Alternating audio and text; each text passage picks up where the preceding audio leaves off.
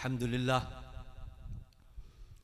अल्हम्दुलिल्लाहिल्लज़ी lump यज़ल आलिमन क़दीरा हय्यन क़य्यूमन समीअन Basira वस्सलातु वस्सलामु अला रसूलिही अरसलहू बिलहक़्क़ि बशीरन व नज़ीरा व अला आलिही व अस्हाबिही कसीरन कसीरा अम्मा बाद फ़अऊज़ु बिल्लाहि मिनश शैतानिर रजीम बिस्मिल्लाहिर्रहमानिर्रहीम इन्ना नहनु नज़्ज़लना ज़िक्र व इन्ना लहू लहाफ़िज़ून सदक़ल्लाह व सदक़ रसूलुहुन नबियुल अमीनुल करीम व नहनु अला ज़ालिका लमिनश शाहिदीन वश्शाकिरीन वल्हम्दुलिल्लाहि रब्बिल आलमीन इन्नल्लाह व मलाइकतहु युसल्लूना अलन नबी या अय्युहल्लज़ीना आमनू सल्लु अलैहि व सल्लिमू तस्लीमा दुरूशी पढ़ लीजिए अस्सलातु वस्सलामु अलैका या रसूलल्लाह अस्सलातु वस्सलामु अलैका या हबीबल्लाह अस्सलातु वस्सलामु अलैका या रहमतल लिल आलमीन व अला आलिका व अस्हाबिका या शफीअल मुज़निबीन। हम्द व सलात के बाद मुक़्तदर मशाइख़ इज़ाम वाजिबुल एहतराम उलमाए किराम अमाइदीन मिल्लत और हाज़रीन ज़ी-वक़ार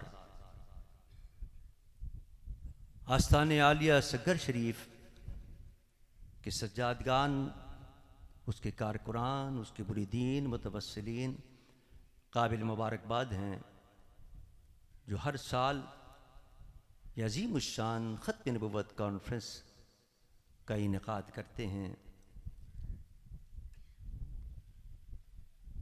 ये फ़कीर भी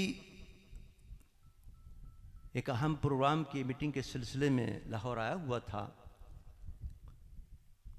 मुझे पैगाम मिला हज़रत क़िबला मुबारक हमदानी साहब का और हज़रत क़िबला मक़सूद हमदानी साहब दामद बरकातुहुल आलिया का इस महफ़िल में हाज़िर होने के लिए। मैं हाज़िर हो गया। मैं ममनून हूँ कि उन्होंने मुझे भी ये सआदत अता की इस महफ़िल में शिरकत की। अल्लाह तबारक व तआला उनकी इस कोशिश को अपनी बारगाह में कबूल व मंजूर फरमाए। हाज़रीन मोहतरम, ख़त्म नबुव्वत का मसला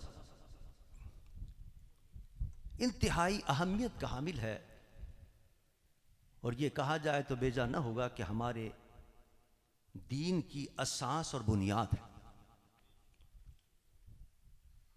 यही वजह है कि कुरान पाक में कोई एक मकाम पर नहीं, 20 मकाम पर अल्लाह ताला ने इस ख़त्म नबुव्वत को बयान किया और इसकी अहमियत और अज़मत को आश्कारा फरमाया कुरान पाक के अंदर। जो मैंने आयत मुक़द्दसा तिलावत की है इसमें अल्लाह फरमाता है कि इन्ना नहनु नज़्ज़लना ज़िक्रा व इन्ना लहू लहाफ़िज़ून।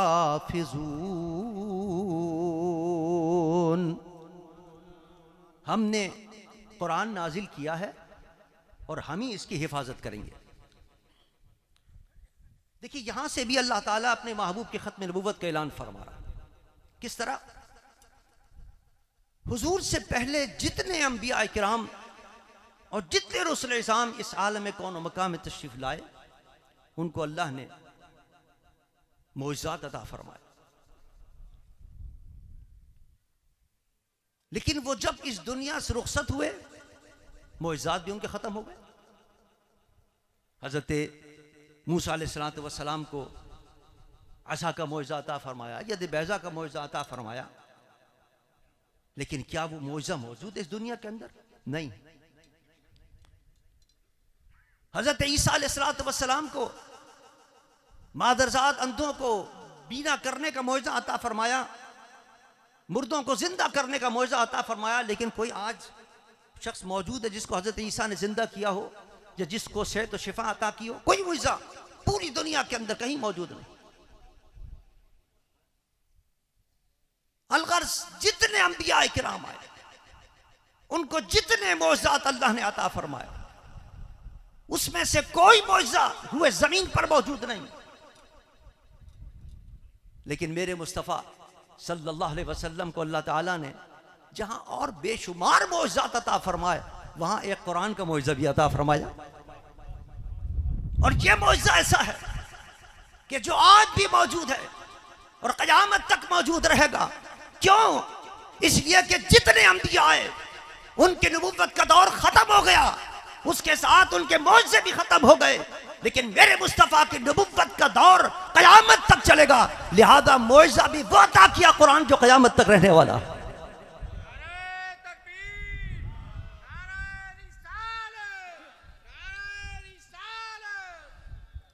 और जरा देखिए कैसा एजाज है कुरान का।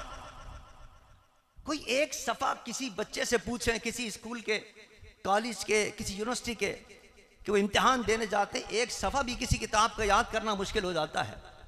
मज़मून तो याद कर लेगा आदमी, लेकिन ऐसे सफ़े याद करे कि उसमें एक हर्फ की भी गलती ना हो, सवाल पैदा नहीं होता।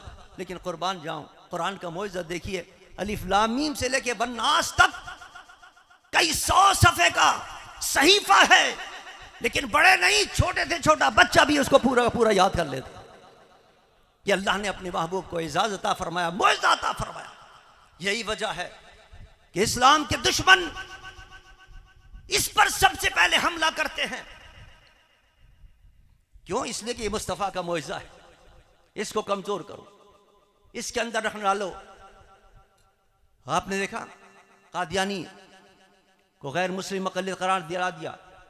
मेरे आपके कायद हज़रत अल्लामा शाह हमदुरानी रहमतुल्लाह ताला अलैह ने दीगर मसालिक के और दीगर लोगों के साथ मिलकर असम्बली के अंदर करारदाद पेश की और उनको गैर मुस्लिम मुक़ल्लिद करार दिलवाया, लेकिन उनकी साजिशें मुसलसल जारी है।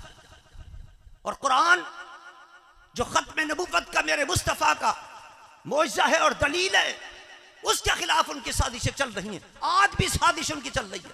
अभी चंद दिनों की बात है,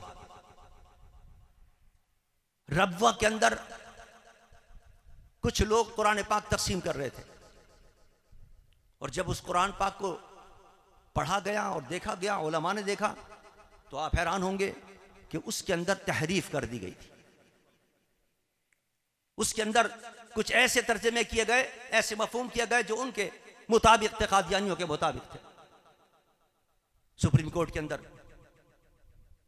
उलमाए किराम गए, आशिकान मुस्तफ़ा गए, अपील की कि साहब ये तो जुल्म कर रहे हैं, इस्लाम के खिलाफ, दीन के खिलाफ, आइन के खिलाफ बात हो रही है, कुरान के अंदर तहरीफ कर रहे हैं। सुप्रीम कोर्ट ने वज़ारत औक़ाफ़ को सुपुर्द किया कि जाएं, इसकी आप तहक़ीक़ करें जाके फौरी तौर पर। आप हैरान होंगे, औक़ाफ़ की कमेटी ने कहा हम आना चाहते हैं चुनाव नगर के अंदर, इसकी तहक़ीक़ करना चाहते हैं, देखना चाहते हैं कौन कर रहा है ये। लोग कहते हैं कि ये कादियानी कर रहे हैं, हम आए तो उसे देखें, तो उसे तहक़ीक़ तो करें। लेकिन आप हैरान होंगे कि उनको वहां तहक़ीक़ के लिए आने नहीं दिया गया। यानी इनका आप असर रसूख देखें कि आम ओहदों पर बैठकर वहां फैसले करते हैं, सुप्रीम कोर्ट के फैसले पर अमल नहीं होने दिया गया। फिर गए अहले सुन्नत वल जमात और दीगर अकाबरीन कोर्ट से दरख्वास्त की के साथ तकसीम हो रहा है, ये कुरान के नुस्खे तकसीम किए जा रहे हैं और इसके अंदर तारीफ कर दी गई है। फिर कोर्ट ने जनाब एक GRT तश्कील दी गई कि जाएं और इसकी तहक़ीक़ करें। उसने तस्दीक की, उसने तहक़ीक़ के बाद रिपोर्ट तैयार की कि ये कादियानी हैं कि जिन्होंने ये छपाया है, इनके मकतबे में छपा है, ये छपा रहे हैं, ये तकसीम कर रहे हैं। लेकिन GRT की रिपोर्ट ऊपर नहीं जाने दी गई। यानी आप इससे अंदाजा करें कि किस तरह ये बैठे हुए हैं अहम मराकिज़ के ऊपर बैठकर और इस्लाम के खिलाफ साजिशें कर रहे हैं। आज भी वो उनके नुस्खे तकसीब होते हैं, वहां कोर्ट ने फैसला किया कि इसको बंद करो, कहां कहां तकसीब हो रहे हैं उसको पाबंदी लगाई जाए, लेकिन अमल करने वाला कोई नहीं इसके ऊपर, इसलिए कि अहम पोस्टों पर वो लोग बैठे हुए हैं। इसलिए हमारा मुतालबा यह है, हर जगह पर हम मुतालबा यह करते हैं कि जिस जिस अहम पोस्टों पर कादियानी बैठे हुए हैं उन कादियानियों को वहां से हटाया जाए, इसलिए कि ये वहां बैठकर सिर्फ इस्लाम के खिलाफ, कुरान के खिलाफ, दीन के खिलाफ नहीं बल्कि पाकिस्तान के खिलाफ भी साजिशें कर रहे हैं। अगर आप गौर फरमाएं, और पाकिस्तान में जब भी कोई गड़बड़ हुई है तो उसके पीछे इन्हीं का हाथ था। मेरे कायद हज़रत अल्लामा शाह अहमद दुरानी रहमतुल्लाह अलैह फरमाते थे कि मैं जब गया मशरिक़ पाकिस्तान को जब तोड़ा जा रहा था, गया वहां मिलने के लिए, मुजीब से मिला, कहा कि क्यों तोड़ना चाहते हो? मैंने कहा हम नहीं तोड़ना चाहते। फिर क्या मसला? उसने कहा आपका वजीर है फला कादियानी है, वो यहाँ आकर लोगों को इश्तियाल फैला रहा है, इंतशार फैला रहा है, हमारे और मगरबी पाकिस्तान के दरमियान नफरत पैदा की उसने। नूरानी साहब ने आकर यहाँ जो साजिश का इंकशाफ किया, लोगों को बताया उस वक्त के हुक्मरानों को। आज भी ये साजिशें जारी हैं कि हाँ पाकिस्तान का इस हाल हो गया है। किस तरह इस वक्त क्या नाम है खलफिशार पाकिस्तान का बचा हुआ है, इक्तिसादी हालात, माशी हालात, सियासी हालात, अमन अमान की सूरत हाल सब तबाह बर्बाद हो गई है। अगर आप गौर करेंगे तो उसके पीछे भी आपको कादियानी नजर आएंगे। तदारुक किस तरह होगा कि जो अहम पोस्टों पर इस वक्त कादियानी बैठे उनको वहां से बरतरफ किया जाए, इंशाअल्लाह पाकिस्तान के हालात दुरुस्त होते चले जाएंगे। तमाम मसाइल इसके हल होंगे, ख्वाह माशी मसला हो, ख्वाह इक्तिसादी मसला हो, तमाम मसाइल हल होंगे। लेकिन हटाएगा कौन उनको? वो तो बड़े अहम पोस्टों पर बैठे हैं।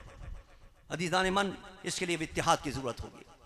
आपने देखा नहीं, सन 77 के अंदर तमाम मजहबी जमातें मुत्तहिद हो गई, कोई मसलक का इख्तिलाफ नहीं था, तमाम खत्म नबूवत पर मुत्तहिद होकर कायदे मिल्लत इस्लामिया को अल्लाह ने ये एजाज़ अता किया कि उन्होंने करारदाद पेश की, लेकिन उसकी हिमायत तमाम मसालिक के उलमा ने की, तमाम मसालिक के लोगों ने की। हत्ता कि जुल्फ़िकार अली भुट्टो साहब ने अपने तमाम मुशीरों को, वजीरों को कह दिया कि नूरानी साहब के इस की हिमायत करो, इस करारदाद की, और बिल इत्तिफाक अल्हम्दुलिल्लाह वो करारदाद मंजूर हो गई।